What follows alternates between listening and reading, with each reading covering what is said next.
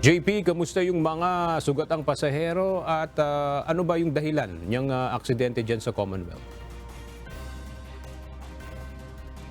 Aga yung mga pasahero na sugatan kanina dito nga sa panggaan ng tatlong pampasaherong jeep sa Commonwealth Avenue ay nadala na sa ospital. At ayon doon sa driver na bumangga doon sa isa pang jeep, ang sanhi nung pagkakabundol niya doon sa isa pang jeep ay dahil nawalan siya ng preno.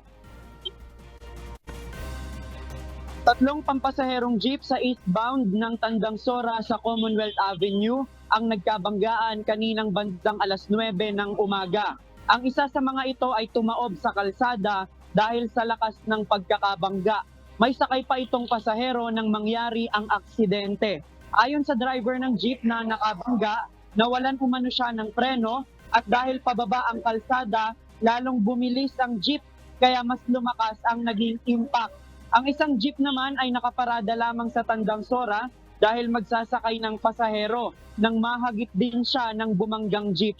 Hindi bababa sa 11 yung naiulat na sugatan kasama na yung driver ng tumaob na jeep.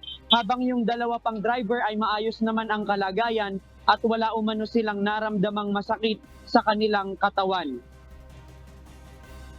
Agad dinala naman sa police station yung tatlong driver ng jeep na involved ka dito sa aksidente sa Commonwealth Avenue para hingan sila ng statement sa nangyaring aksidente.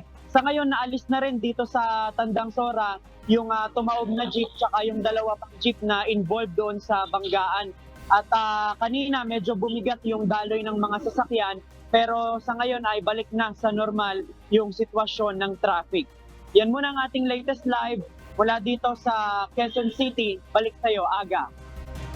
Maraming salamat, JP Nunez.